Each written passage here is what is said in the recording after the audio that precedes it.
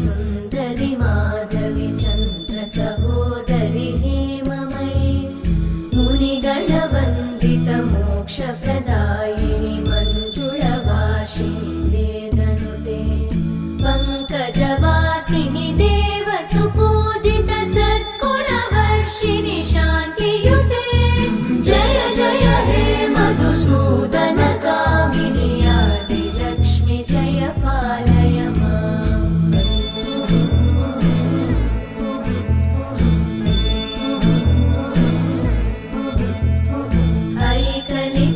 ऐकलिकल्मषनाशिनि कामिनि वैदिक